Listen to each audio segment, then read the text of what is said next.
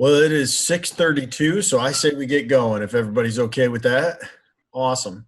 So my understanding is that we got a mix of students and community members who are looking for some advice and help on some interviewing, and I put together this little package for you to kind of talk about um, some of the new trends and some of the realities of what's going on. So let me tell you a little bit about myself. My name is Brian Caffarelli.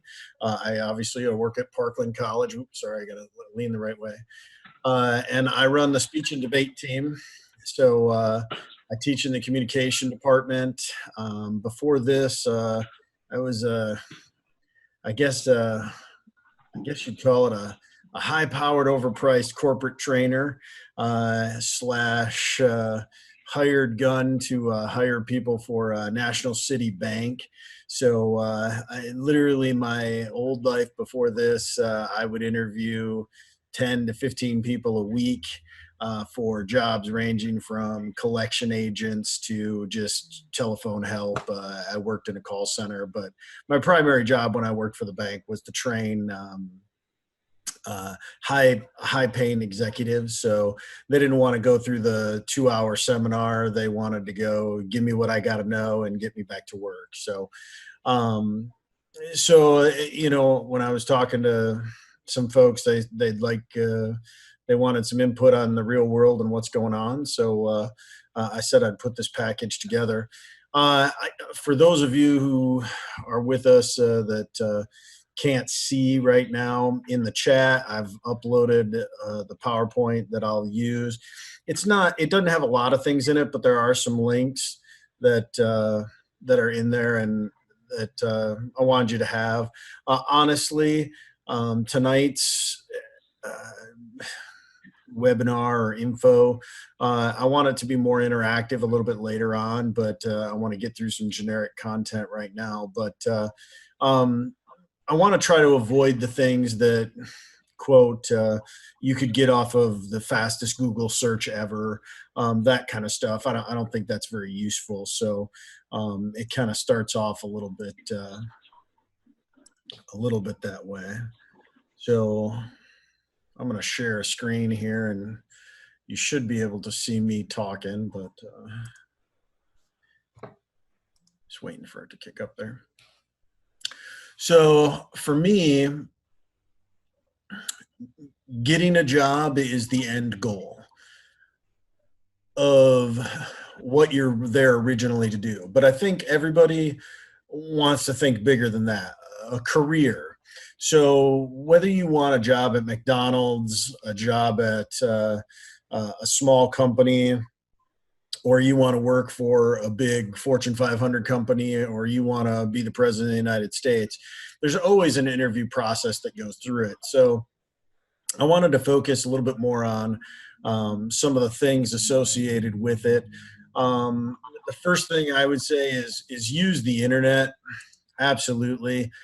Some of these are links. These are all links. And so the file I sent you, you can click on them and look at them. But this is just, honestly, this is just generic information that I would hope that any candidate for any job would go look at these and at least understand them. They give you basic advice like dress nicely. I'll be honest, if you don't dress nice for an interview, you're probably not going to get the job. And all of these things tell you this. So I really don't want to focus on that kind of stuff tonight.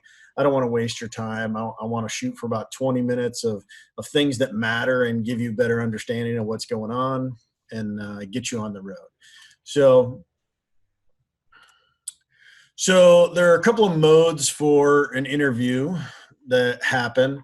There's in person. These are typically final interviews or entry-level position or open hire settings. So, for example, at Parkland College, we have a hiring forum where sometimes UPS comes in and they'll actually hire you on the spot. They say, bring in your resume, they'll do a little interview, and they'll virtually hire you on the spot. This is a good example of an in-person.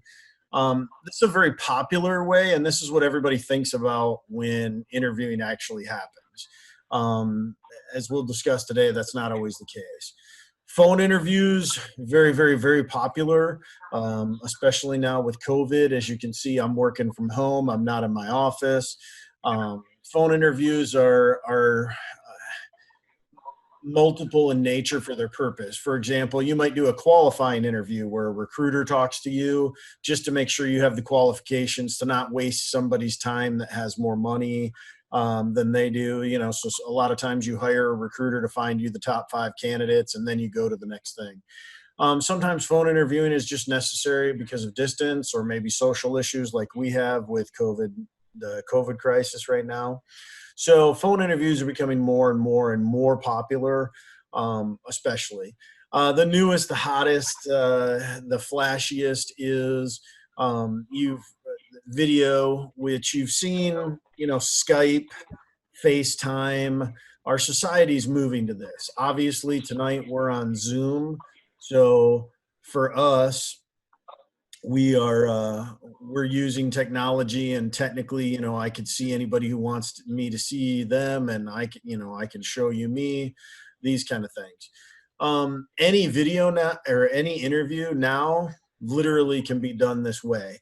I can share documents. For those of you who joined us late, I shared the PowerPoint that we're using right now. You could easily upload your resume or transactions that you'd like on anything like that. I call this the anytime, anywhere, any interview format. A couple of big formats that you're probably going to want to master would be obviously Zoom. There's a lot of anxiety right now when working with students that I've seen on getting used to it. It's probably going to be, to use the cliche, the new norm for interviews. So some of the fun things that go along with that, you'll notice I'm in my den. But when we deal with this kind of medium, there's all kinds of fun things that you can do, and it matters when you're interviewing. So, for example, a lot of the things that we'll talk about. Why is my video stopping? There we go. One of the things we'll talk about is some of the things you can do. I always like change my location. So now I'm somewhere nicer than my office. So there's a lot of cool parts about the technology. We're not going to discuss most of it, but for tonight, we'll get into some big issues there. So let me kick this back.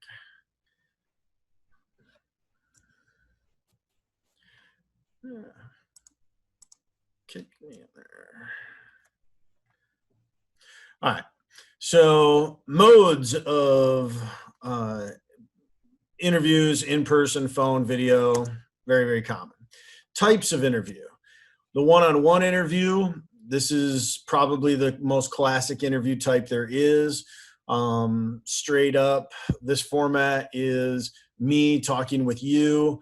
Now with legal things and issues, a lot of times these one-on-ones are not as popular anymore, as we'll get to in just a little bit here. But generally, the one-on-one is the classic go-to. These would be the in-person ones that we talked about a little bit earlier. The second one is group interviews. So group interviews are more popular now than ever because they literally do so much for the company, not necessarily the interviewer. One of the things that they've realized in corporate America is if you practice enough and you know enough about the company, you can answer questions no matter what. This is why one of the big recommendations is learn as much as you can about the company. So when they ask a question that's specific to the company, you can answer it. You sound like you care and you know.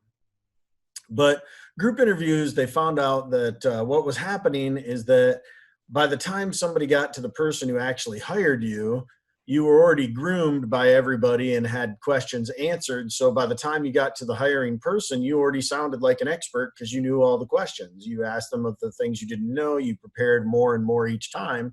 So after 2 or 3 individual one-on-one interviews, you now had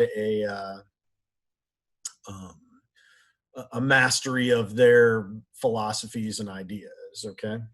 So here's a quote that's very real. And just a second here. Give you a chance to read it there.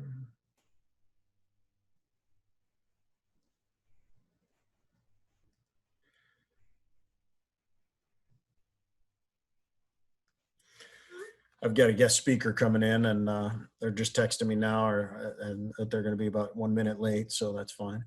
Um, it basically says keep in mind that quite honestly, you're probably not going to get a job because of a mismatch in compatibility to the company, the ideas, and things along those lines, more so than you can't do the job. In this world today, we find a lot of people can do the job, but how do they do the job is probably more important to the company than can you do the job. And I'll give you a real good example of this. There's a company in town that is known for their barbecue, and it's a bar. And I was sitting in there eating lunch one day, and this woman was complaining that all of the people serving her had beards and tattoos. And honestly, that's kind of what they wanted. They wanted to be an alternative, upbeat barbecue place slash bar, and so they kind of hired those people. And you can imagine that most companies have an idea or a feel of who and what they're looking for. And so if you come in counter to their culture, that they're not going to want you, even though you can do the job. So one of the things that I want to focus on tonight is the reality of the questions and what you're going to do. So let's get to it. The questions, the illegal questions. These are the ones that everybody knows about. Hey, are you pregnant? Dangerous question, first and foremost. Obviously, if you're not pregnant, that's really bad because they might be assuming something. But why might a company want to know if you're pregnant or not? Well, if I give you a job and then immediately you need to take or want to take your FMLA 6 weeks off, that might be a very big financial burden on my company. So that's why we can't ask these questions. So the reason I put these questions up here is, what do you do when you get an illegal question? So an illegal question happens one of two ways. Either they ask you, hey, when are you due? Okay, assuming that you're pregnant, this would be an illegal type question. Is that being friendly, or was that something that the company wanted to know? So is it intentional or is it unintentional? So how do you deal with this? Well, the reality is that you are in more control than the company. You can try to claim that you didn't get the job because of your race, color, religion, gender, something along those lines. But quite honestly, at the end of the day, what do you want? You want a job that you can go to work at, that you can be happy at, that you can function, pay the bills, whatever your reason for getting the job, that's what you want. So obviously, one of the things that is recommended out there is during the interview, you probably don't want to say, I believe that's an illegal question. But if that's your style and that's your, you want to be a person who says legitimately, it doesn't really matter what the mode or what the environment is. I'm going to abide the law. There's no right or wrong to any of these suggestions. So please don't take anything that I say as what you should or shouldn't do. I've done a lot of interviews. I've done about 2,000 to 3,000 interviews in my life. And, you know, we've asked questions like, if it comes time to stay late and you have a family obligation, are you going to leave immediately, or are you going to stay the 5 minutes late because your work requires it? Well, is that an illegal question or a legal question? Well, it's a legal question because are you going to leave because of some reason, or are you going to stay and work? I don't really care whether you have a family or don't have a family. If it's a family reason, are you going to leave? So a lot of times companies aren't they would like to know some of this information because it gives them insight. And I'll give you a classic example. Walmart recently got sued a couple of years ago because they gendered profiled and they hired men in managerial positions more than females. And the reason why is because when you have 50,000 managers, you realize who takes sick days more often, who has more health problems, and they factored that all into the bottom line, and they were breaking the law. So they lost. So those are the illegal questions. The short answer, you can confront it if you're offended or not, but most likely if you're offended or this bothers you, you're probably not going to want to work there anyway. And this is always a tough area because you can try to litigate your way into a job, but in a job you didn't get anyway, it's kind of a losing battle for most people. My recommendation generally is find a company you want to work for that matches your ideals, and there's plenty out there. So, come on, computer. So these are typical questions, and I put these in here because these are generally what people are trying to get at with their questions. And so as an interviewee, you want to know what they're looking for so that you can sculpt your answers. So for example, the interviewer might be trying to gauge your level of self-awareness. So they want to know, do you know that you're a bad worker? Do you know that you're a good worker? These kind of things. So the example I put in here, walk me through the progression of your career leading me up to your current role. So they want to know where you think you are in your own career. So maybe your job is just working at Burger King and it's your first job you've ever had. They're probably not going to ask this type of question. They might ask a different question like, do you typically do your work on time or late? What type of work do you usually do? What type of student are you? So depending on the level of the job, they're going to ask these types of questions. So gauging a candidate's level of self-awareness is a way to, again, if you go back to that quote I gave you earlier, why you might not get a job, if you don't even know what kind of a worker you are, why would I want to hire you? And so the end goal here is to get past these roadblocks. Another category of questions that they and this is a big one, the company is probably looking for compatibility with their processes and identity, not just likability. So for example, I have friends that disagree with me politically and socially, and I like them. They're my friends, but they disagree with me politically and socially. I'm not going to go to the same rallies that they would go to or go to a picket line that maybe they go to. I go to my own picket line and my own rally. So one of the things that companies do is they're trying to say, will you be a good piece for the puzzle that we already have going? Jobs don't want to change the way they do things for you.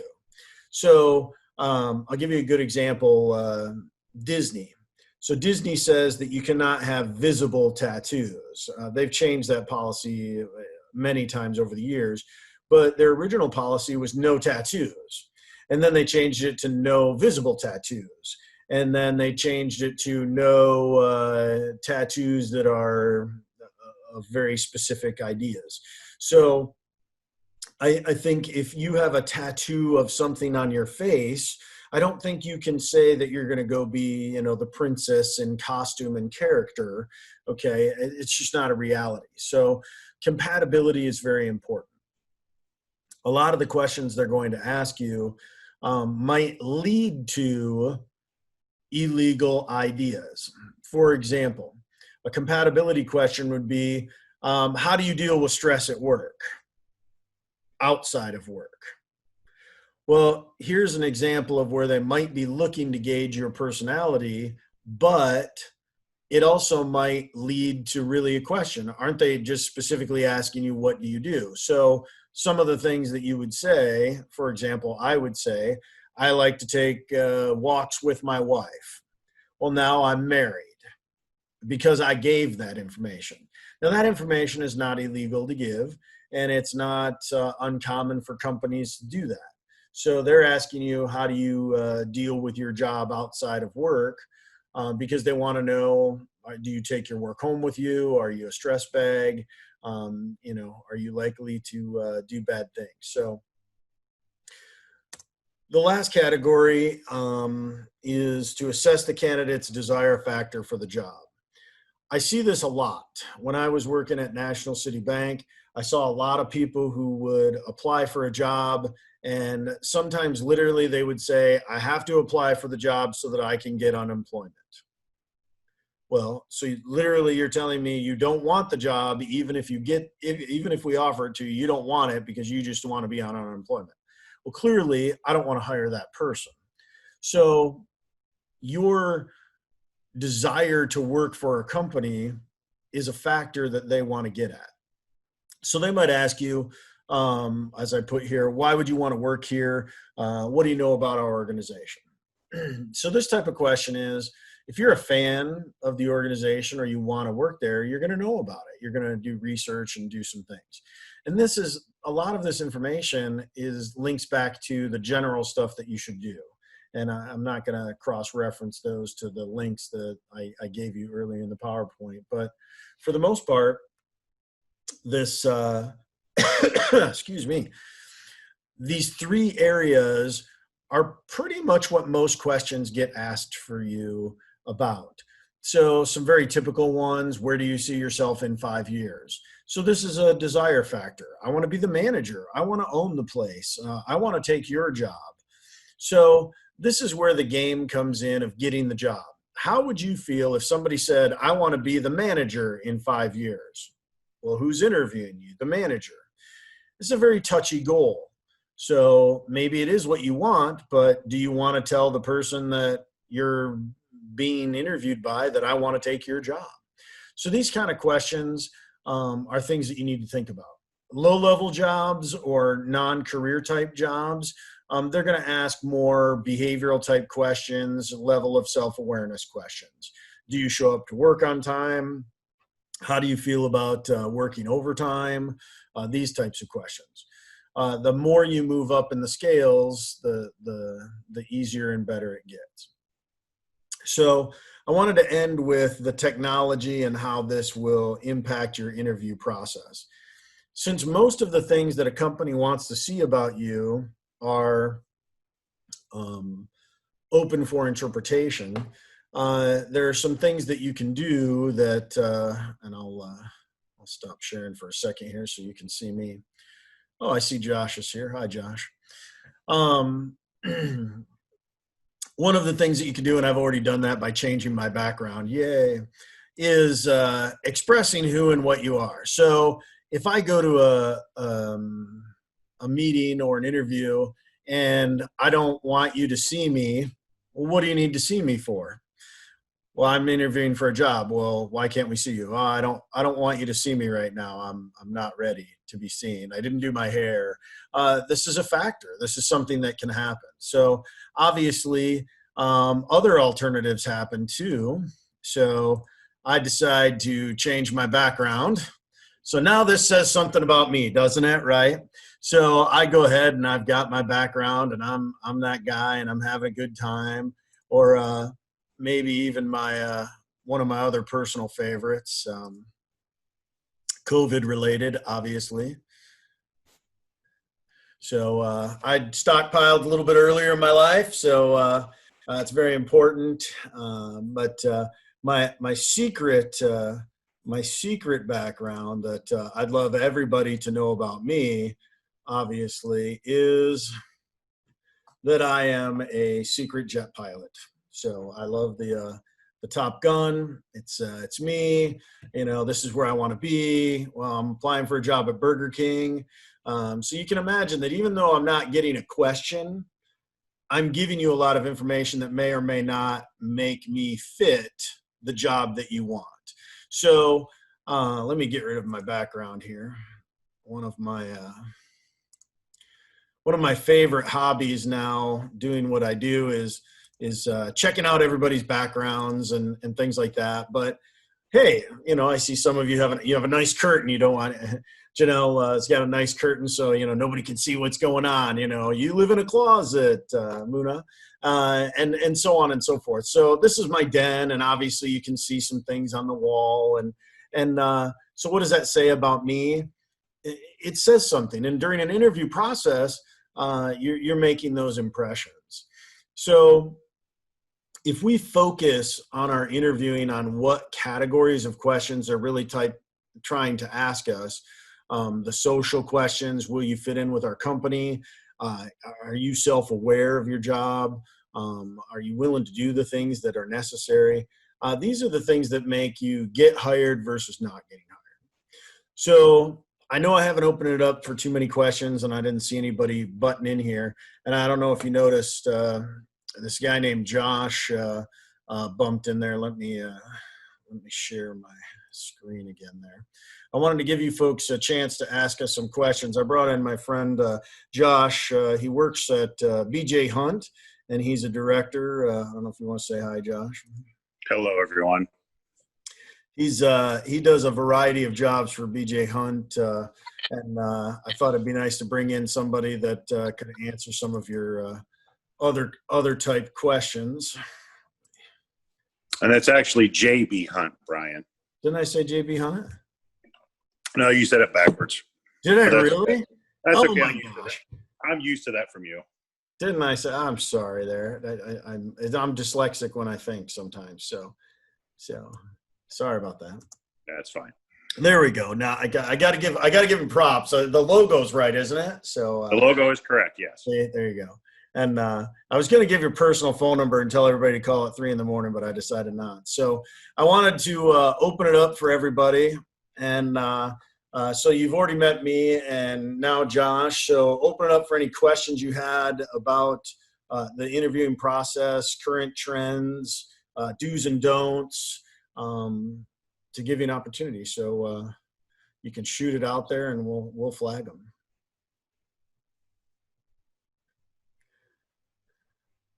You can type them if you don't like to speak too. That works out well. So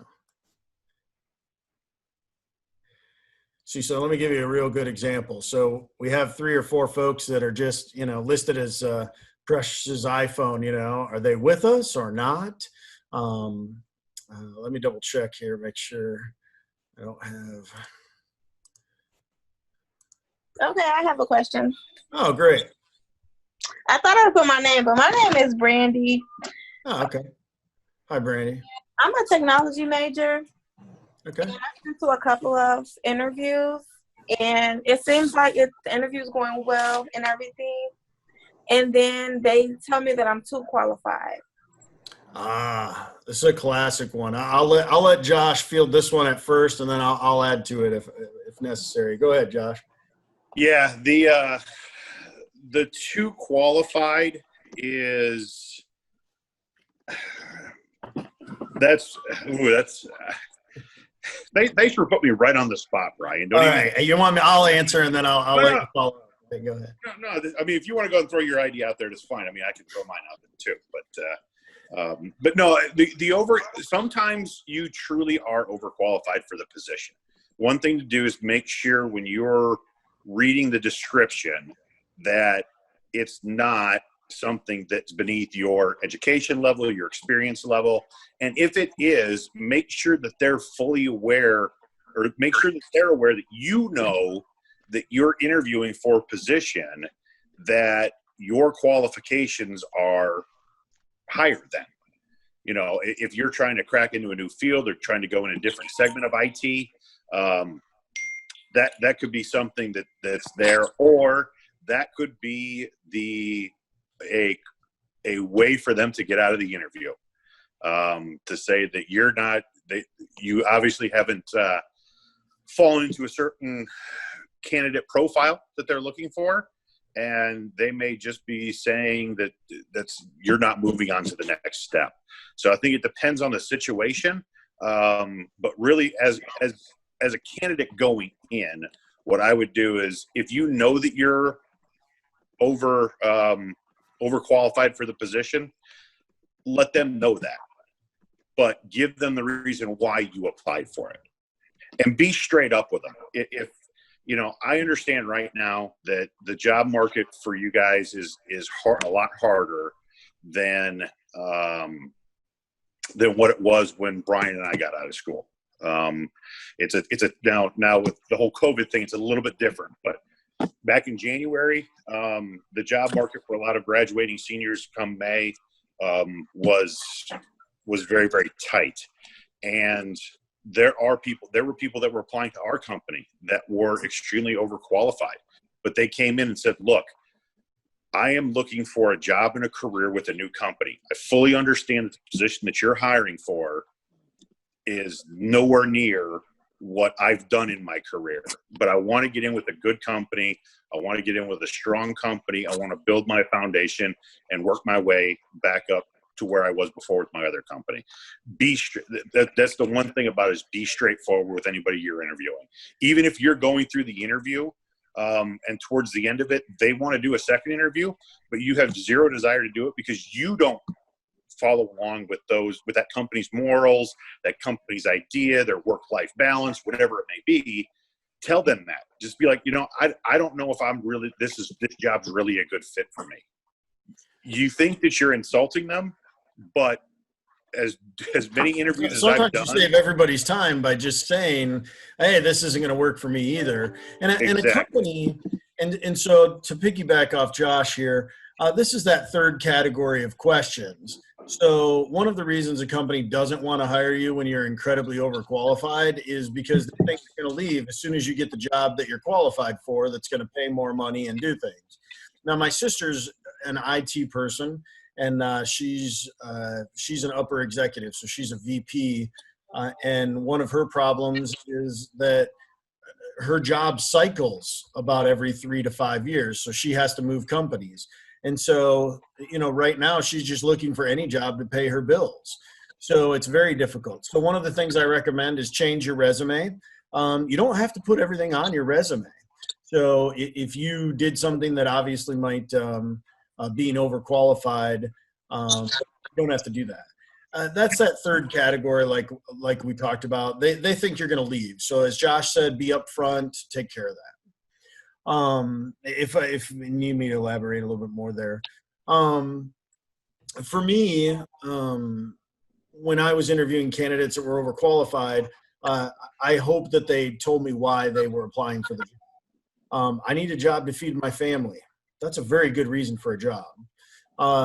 Sometimes it's, I don't want to do that job anymore because I had no time with my family and I would like this lower paying job in my town. My husband works in the town.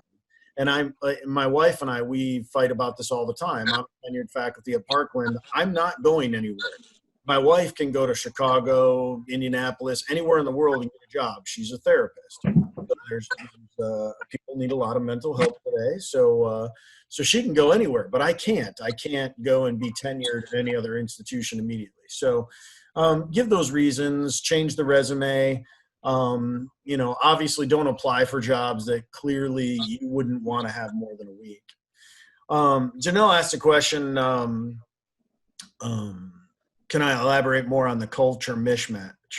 I think this is a huge problem with society, as everybody says that the world is colorblind, culture and tradition doesn't matter. And in the reality of the real world is it does. So I'm a private company, and if you have at-will employment, I don't have to have a reason to hire you or fire you. I can hire or fire you for any reason. So obviously I hope you would never want to work for a company that hires you because you meet a quota or you we at National City Bank would always try to review our resumes without looking or knowing or doing any background research. And then once they did that, we would see if they would fit, want to stay, would they, is their temperament right for the job? So, the culture thing that I'm talking about might be work ethic. So if you don't show up for work on time, if you think, I'm a college professor, so it really frustrates me when students come in 10 minutes late. That's part of the culture of my class is I start on time. Why? Because you showed up on time. So if you show up 10 minutes late, but you can literally set a watch to people that they are exactly 6 minutes late everywhere they go. I mean, they're on time, but just their time. So if that's your culture, I appreciate that, but I don't want you to work for me, because the person who you're replacing is going to have to stay 6 minutes till you show up. So even though you're incredibly qualified, you would be annoying to work with. So now, dealing with the obvious questions, race, ethnicity, gender, sometimes these things you can't hide. I can't hide that I'm masculine. I don't hide. I currently lost my wedding ring, so I don't have it on right now. I know. Don't send me hate mail. My wife still loves me. She's not getting rid of me. But I'll be honest. When I walked into jewelry stores with a wedding ring on, I got a whole lot better service than when I didn't. And Josh might second this one, but you can imagine. They're in a social realm, and being a social scientist, somebody who has a boyfriend or girlfriend is always more attractive than somebody who does not have a boyfriend or girlfriend, because if you're in demand, etc. So the example I gave you about the social and cultural mismatch, do you want to go work at a biker bar if you know nothing about bikes or that culture or that society? So if you want to be an IT specialist, the culture that you need to know the most is, can you do the job? Do you know the language? Do you know, but the side culture might be, do you show up on time?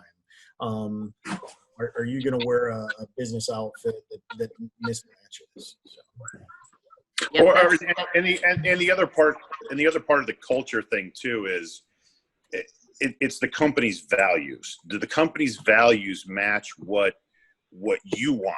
You guys are all looking for a career, right? Not just a job. So when I look at my situation with my company, we are in transportation. I'm sure every single one of you has seen one of our trucks from one of our divisions going down the road. The way we look at it is, yes, that's how we make our money, but also at the same time, that's an 80,000-pound missile that we hold, and that driver holds every person's life in his or her hands that's traveling around them at that point in time. Within a second, we can change someone's life into a horrendous tragedy. Okay, so our safety culture is a huge thing for us. And if all you care about is a paycheck and doing whatever it is, and you don't care about the company or buying in or people's safety, all you care about is you're not going to fit into our culture, because we are a team. We do this all as a team. Those are the culture aspects that you've got to look for. And those are the questions that you guys need to come with as well. What's a day in the life like for you at work? What's the dress code? What is, Brian and I were talking about this morning. I'm wearing a polo shirt. And if you guys were to come interview for me, what's the proper attire? Is it business professional? Is it business casual? Our company has gone business casual. We're jeans and a polo shirt. And during the wintertime, it's a button-down shirt or a pullover. That's what we wear. So, do you want to fit into that kind of culture? Or, you look at brokers or finance majors, things like that. If you're going to work at Ernst & Young, you ain't showing up in a pair of jeans. And a lot of this is stuff that you can research ahead of time too. So, yeah. I joke, I was a wait staff. I would go eat at the place that I was going to go interview at just to see what's going on, So, if you know the culture and the place I was talking about in town earlier, with the tattoos and beards, everybody had a tattoo and a beard. That's just their culture. I mean, so we'll go with it there. Anybody else got any big questions? I know we were a little long-winded on them, but I think they're incredible questions because it's the real world, what's going on. I have 1,000 interview candidates that were qualified for the job. That's in most cases not the problem. We're trying to find somebody who will sell the most cars, not can sell cars, but can sell the most cars. I want the IT person who can solve the most problems and do it in a collaborative nature. I don't just want to have somebody who has a degree. So honestly, when I was doing the hiring, I didn't care whether you're a man, woman, sexy, ugly, handicapped, whatever. My first goal was, can you do the job? If you can do the job, then we go to, are you better than everyone else who's applying to do that job? And one of those categories is culture, you know. So I'll give you a real good example. A lot of places won't hire you if you're a smoker. It's just part of their policy. They won't hire you because you add to their self-funded insurance costs. Because if you're a smoker, they want to, you know, so if you're a smoker and they ask the question, do you lie on it and say you're not a smoker, or do you say you're a smoker? So, well, I'm not a smoker as soon as I take your job. Well, there you go. So you answered truthfully, but so this is a type of amazing culture we live in. So I got a question for all of you. What's your biggest fear when you go into an interview? Getting the job. Besides getting the job, well, what do you guys worry about the most? For me, it would be saying too much, because like I've been doing computers for a long time, since I was 12, so I know a lot. And like I recently had a job at Comcast, and then I also put, you know, that I'm graduating from my Google IT program. And then he started to ask, you know, like, what do I plan on doing with that? You know, and I was saying like, I want to, you know, I'll share my information, you know, the talents that I have with the rest of the team. I do plan on moving up because I like to be a leader. And sometimes I feel like when I'm honest, that is when I get, because I've got I'm overqualified like 3 times. One was for Comcast and 2 was like for internships. So it's like, and I'm scared to apply for jobs that I feel like I'm underqualified for. But then when I apply for jobs that I know I'm qualified for, I get I'm overqualified.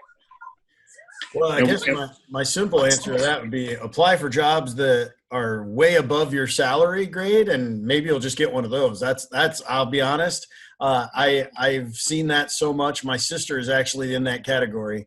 She got her ID job because she was willing to move to Arizona. And that was the category that everybody was sticking on. And she was like, I can move tomorrow. And, you know, the other person who could do the job couldn't move, didn't want to move. Oh, I got kids. Can I work remotely? She's like, I'll move that, you know. So, yeah, it is a big fear. But some of that does jumble back to you. You know, obviously you need to feed your family, or, you know, you need to pay your bills, and, you know, you gotta pay the rent somehow, as they say. So. Mm-hmm. But Brandy, apply to them. That like Brian said, apply to them. It takes you 15, 20 minutes to fill out an online application and submit your resume. If you happen to get an interview, that's your time to shine and to show these people what you can do. So you may be underqualified for it, but the person that's interviewing may look for somebody that doesn't have any bias or what I refer to as baggage from another position in the same industry, because we do things totally different than everybody else.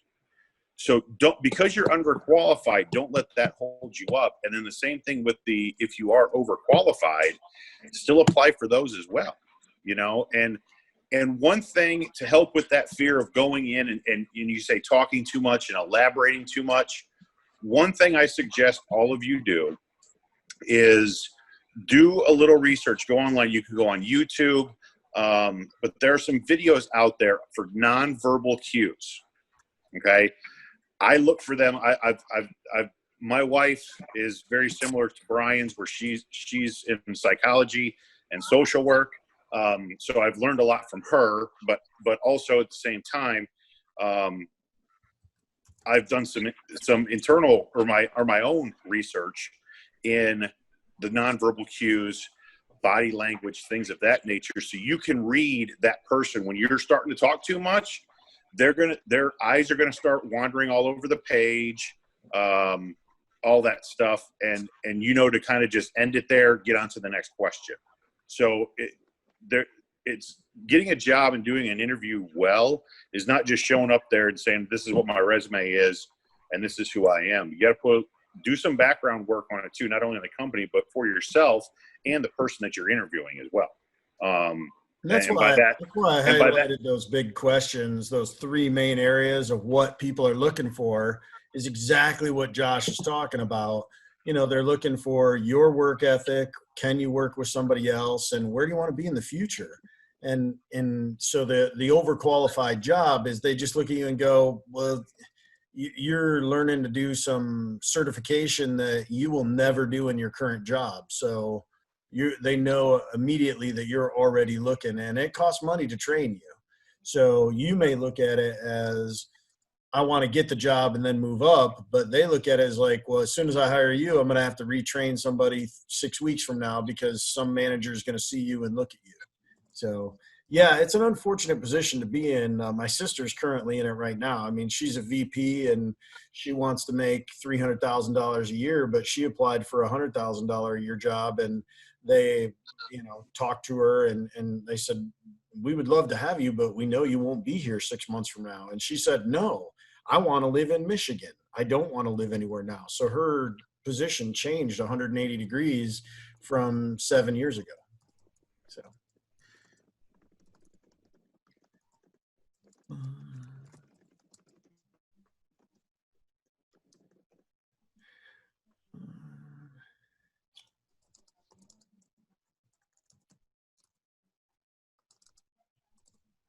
Cool. Any other big questions? I don't want to keep anybody. I know it's late and some of you worked all day. I think Josh worked all day, didn't you? Yeah, part of the day. Can you all hear me? Yeah. Okay, Josh, when you see spots where someone is overqualified, because that is a legitimate fear, is the overqualified label generally coming from how they sell themselves in the interview or how they sell themselves on the resume? Resume. Usually it's resume.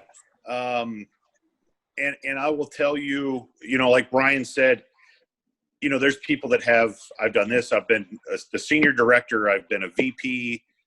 And the first thing I'm thinking is I'm hiring for a $60,000 a year job. I don't bump those resumes out of the way. I have my recruiter that we have down at our corporate office talk to them about the salary range. Say, this is what it is. Are you interested in that? A lot of them be like, no. And if they are, then I know that they're just telling me what it is, what they've done. But yet again, they're still interested in my position. So as Brian alluded to, if you're overqualified, undersell yourself, if you're overqualified, undersell yourself on your resume a little bit. You don't have to put every little fine little detail in there. And then let your personality, your person show the interviewee what is possible or what you're capable of doing.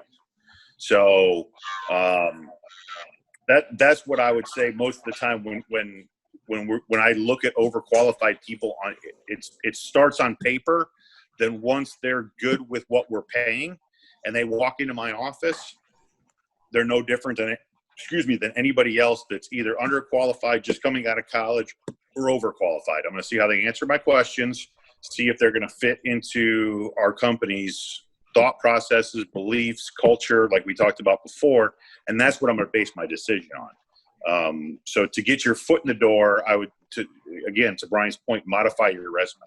Now, don't lie on it. If you're trying to go for one of those jobs you're underqualified for, don't lie. Elaborate on there and make everything as nice and fancy as it can be. But if you're going for a position that you're, again, like I said, a position you're overqualified for, undersell yourself a little bit, and then you'll just wow them in the interview, in my opinion. One of the other questions, hopefully that was answered enough for you there. Another question I get a lot is I've got a big block of I haven't worked in a while. Some life circumstance took you away from work, whether it be stay-at-home parent or, I was self-employed for a while and I have no job history. These are what we call gaps in your resume. So what did you do for 10 years? Well, I was incarcerated and I just got out. And now I'm looking to go work at a bank. Okay, that's not going to happen. So a lot of times they want to know these things, but they may not be able to ask because of illegal type questions. So, this is one of those things that maybe you can address in a cover letter.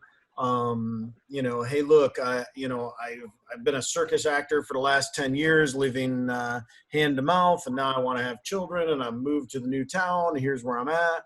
I ran my own business for a long time. I just recently got a IT certificate in this, and I want to start working. I have a person that I know who's about 65. And they just got a certificate to work in the theater, technical side of it. And this is a love I've had my entire life. And now I just want to work in the industry. I don't need the money, but I just want to work in the industry. So that's an explanation to the gap. Well, you've never worked in the theater. Well, I know, but I'm financially secure now that now I can dedicate myself to something I've always wanted to do. And so to me, that's the passion, that's dedication, and you took care of yourself, your family, or whatever you did for the last 50 years. And now you're doing something that you're going to be self-motivated in. So this isn't a bad thing, but it's a touchy area because we don't want you to just blurt out and say, I have no job experience whatsoever. Please give me a job. But you want to try to play that into your transition to a new job. And that's what this program's all about is transitioning you into something bigger, better, more financially viable to your goals. And I think one of the reasons we all want jobs is choice. I want to be able to choose to go out to a restaurant eventually when we can, as opposed to having to make my own food because I don't have choice. I would much rather have a variety of food as opposed to just eating ramen noodles, okay? But I know students who just eat ramen noodles because it's a 26-cent meal. So the microwave is free because they don't pay electricity at their apartment or they're living with someone else, and that's their choice. So these choices are what we're there for. So every job interviewer knows that you're looking to move up or have more choice in your life. So hopefully that answers that question. Could you expound on one more thing for me that I think might be important? The importance of the interviewee asking questions when they ask, do you have any questions for me? And what those questions should be, if any. There should absolutely be questions. I personally love it when I do at the end of every interview, and before I get into it and say, if you've got questions, you can ask me as we go through because I like to have an open interview. But I said there will be time at the end where if you've got questions, you can rattle them off to me. And I said I can't give anything proprietary away or anything secret, but ask away. And it's honestly a red flag for me when somebody says no, I don't have any questions whatsoever. I think you explained everything. Now look. Y'all can tell I like to talk, but I don't cover everything in a 45-minute interview. There's always something that I leave out or a question that should be had. And that's usually the first indication of going, wow, so they were in here for 45 minutes. I asked them 12 questions, and they don't have any questions about the position of the company, anything else. That's weird. So I highly suggest having questions. Taking notes during the interview is another thing that I like to see because I'm constantly watching the candidate, not only the way they act, what they answer, but also how they respond to any questions or answers that I give them throughout the whole process. So taking notes is a big thing. But yes, have questions. The kind of questions that you need to answer are what's important to you? you know, obviously I do not recommend bringing up money in the first interview. Okay. I would add to that and say, if your first question is, how many sick days do I get? You know, these types of questions, like Josh is saying, immediate. When am I eligible for FMLA? Is my cousin would like to work here? Can they work here after I work here? You know, these types of questions you want to stay away from. But at National City Bank, we actually had a checkbox, no questions.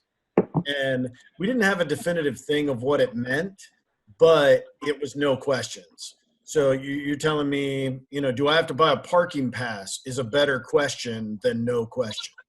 And, you know, at a job like U of I, you go work at U of I, it's $600 a year to park there. That's a question. Do I get a, you know, where would I park? Would I have to commute via the rail? You know, there are so many questions that you could ask. What's my probability of moving up the ladder? How do you have additional training for new employees? What travel expectations? You know, what's your history with the company? Ask the interviewee. You know, ask them about, you know, what do you like about the company the most? What do you hate about the company the most? Or what do you can use hate, but what do you dislike about the company most? Because those are questions that you want answered to know if this position in this company is what's right for you. Well, one of the big questions that I loved to ask when I was in corporate America was when I was being interviewed by multiple people, which is probably more what you get now, is I would ask the panel, how many of you were promoted to the positions you're at now, and how many of you came from other places to the positions you were in? And this is a great question because it says I'm trying to figure out if your culture is true, that you're nepotistic and you want to develop your employees, or you just go hire the cheapest, fastest, best option available. And it meets that requirement of a gold question. And it's stock. I can answer that to any interview, anytime. And it shows that I care, that I'm trying to find out something that I can't read in the newspaper about your company. Yeah.